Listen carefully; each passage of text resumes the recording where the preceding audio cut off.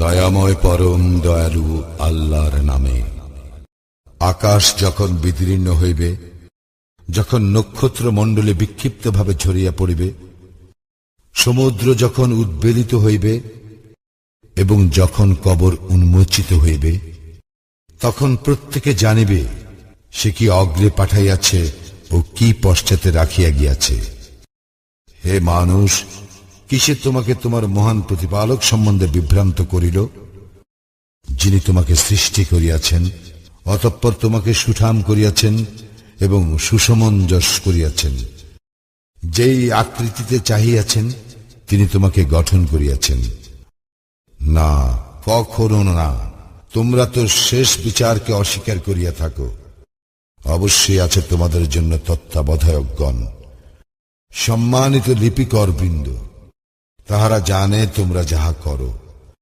পুণ্যবানগণ তো থাকিবে পরম স্বাচ্ছন্দ্যে এবং পাপাচারীরা তো থাকিবে জাহান্নামে। উহারা কর্মফল দিবসে উহাতে প্রবেশ করিবে এবং উহারা উহা হইতে অন্তর্হিত হইতে পারিবে না। কর্মফল দিবস সম্বন্ধে তুমি কি জানো? আবার বলি, কর্মফল দিবস সম্বন্ধে তুমি কি জানো? সেই দিন একের অপরের জন্য কিছু করিবার সামর্থ্য থাকিবে না এবং সেই দিন সমস্ত কর্তৃত্ব হইবে আল্লাহর।